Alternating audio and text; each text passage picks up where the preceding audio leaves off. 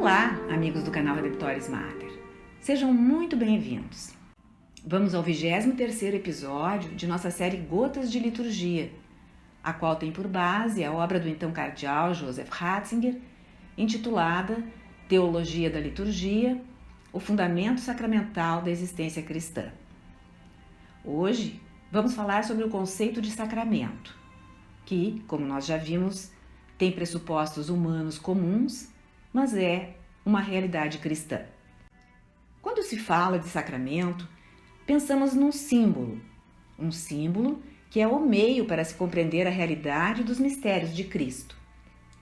Em qualquer sociedade, o símbolo é eficaz quando é sustentado pela autoridade da comunidade onde ele está. Por exemplo, na vida cotidiana, a refeição pode tornar-se uma festa, que é um acontecimento símbolo. O sacramento cristão, não por vontade de alguém, por vontade individual, mas com o reconhecimento e a autorização da comunidade cristã, também é um acontecimento símbolo. Já vimos em outro episódio que os padres da igreja falavam de sacramentum, traduzindo para o latim a palavra grega mysterion. No Novo Testamento, o uso desta palavra grega é raro.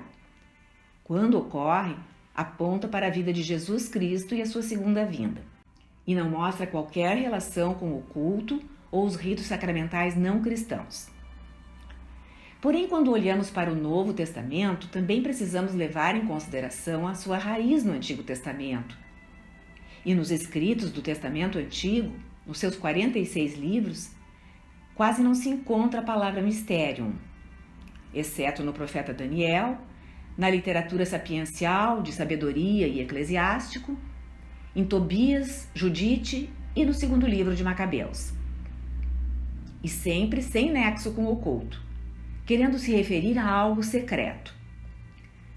Na literatura apocalíptica, que é uma literatura que fala da revelação do futuro, a palavra mysterium significa uma revelação selada sob símbolos, um anúncio velado dos segredos futuros estabelecidos por Deus. Para os rabinos do tempo de Jesus, as palavras da Torá, a lei, têm algo de secreto, que não aparece na superfície, mas é para eles o verdadeiro desvelamento do mistério da criação. E é isso que vem à mente no contexto da palavra de Jesus em Marcos, capítulo 4, versículo 11, quando os discípulos não compreenderam as parábolas e perguntavam a Jesus o que elas significavam.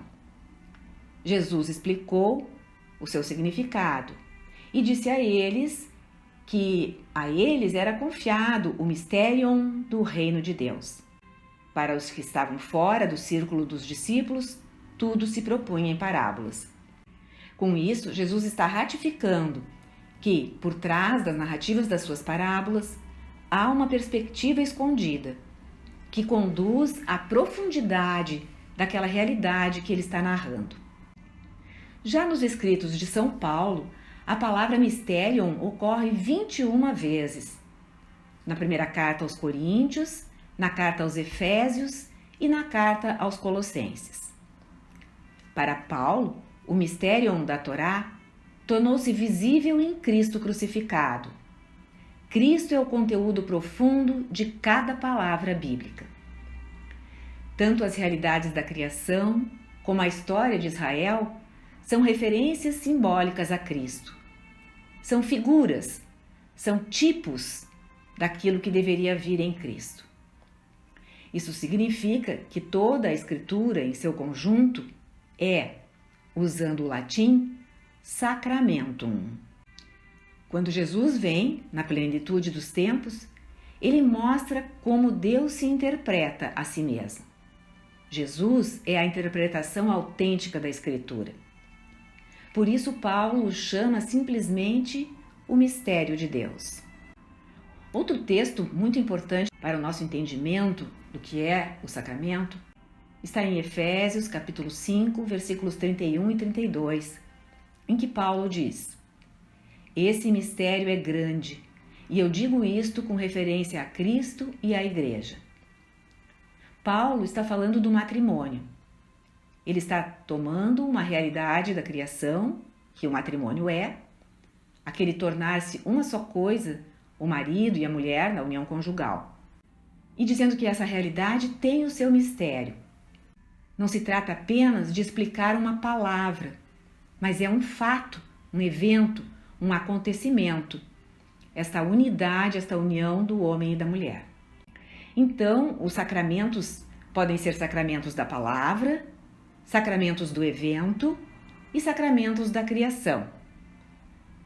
Da Torá, palavra, da história de Israel, evento, acontecimentos, e da união do homem e da mulher, assim como foi estabelecido por sua natureza na criação.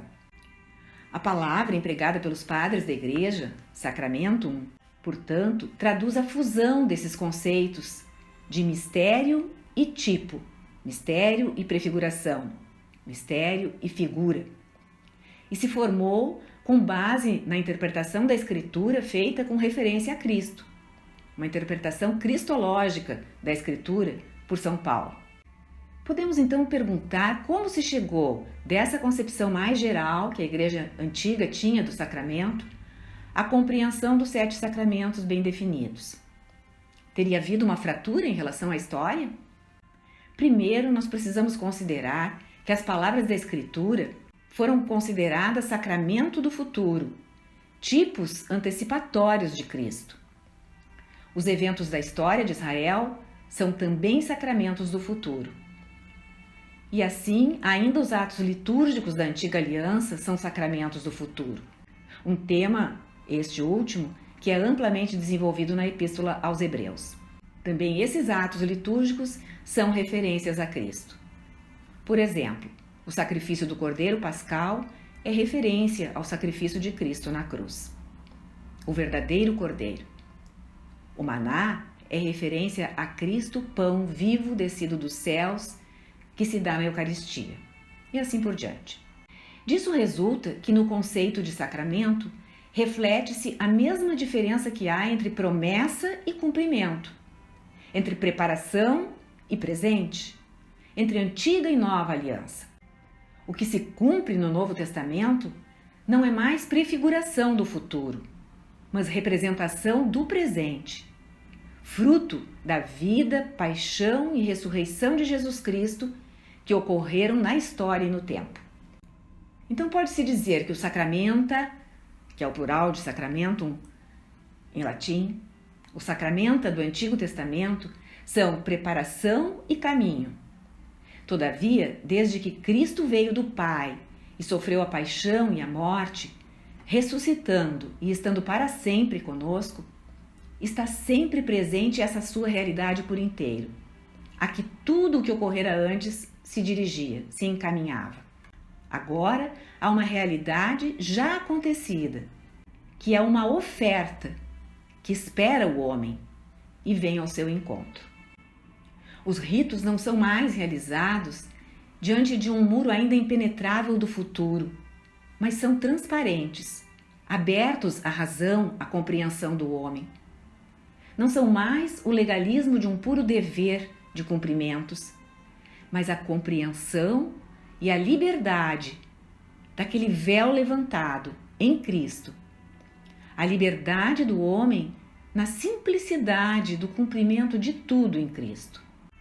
Tudo isso que esteve presente na compreensão da Igreja Antiga foi sendo sistematizado na teologia medieval.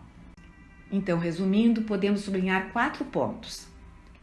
Primeiro, para compreendermos os sacramentos, é preciso olhar para a Escritura, não só num caminho para trás, mas também para a frente, considerando a diferença que existe entre os 2 testamentos e também a unidade entre a promessa e a realização, conservando assim toda a Escritura, Antigo e Novo Testamento. Segundo, o sacramento pressupõe a continuidade histórica da ação de Deus e, mais, a sua continuidade viva na Igreja, que recebe a marca e o selo da palavra e a sustenta.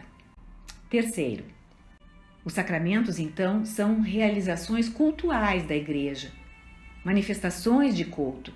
A Igreja neles não age como uma associação, porém a partir de Cristo, envolvendo o homem no dom que ela mesma recebe de Cristo. No sacramento, a história está presente em sua plena continuidade, passado, presente e futuro. Como memória, chega à raiz da história da humanidade. Então, encontra o homem no seu momento atual e dá a ele um presente, uma presença da salvação, cuja essência é abrir um futuro para além da morte. Quarto, em Jesus Cristo, a criação foi retomada e purificada. E nisso, ele se revela como aquele que dá uma resposta ao homem e é salvação para o homem. Os símbolos da criação são referências a Cristo. E Cristo é o cumprimento, não só da história, mas também da criação. Nele, que é o mistério de Deus, tudo chega à sua unidade.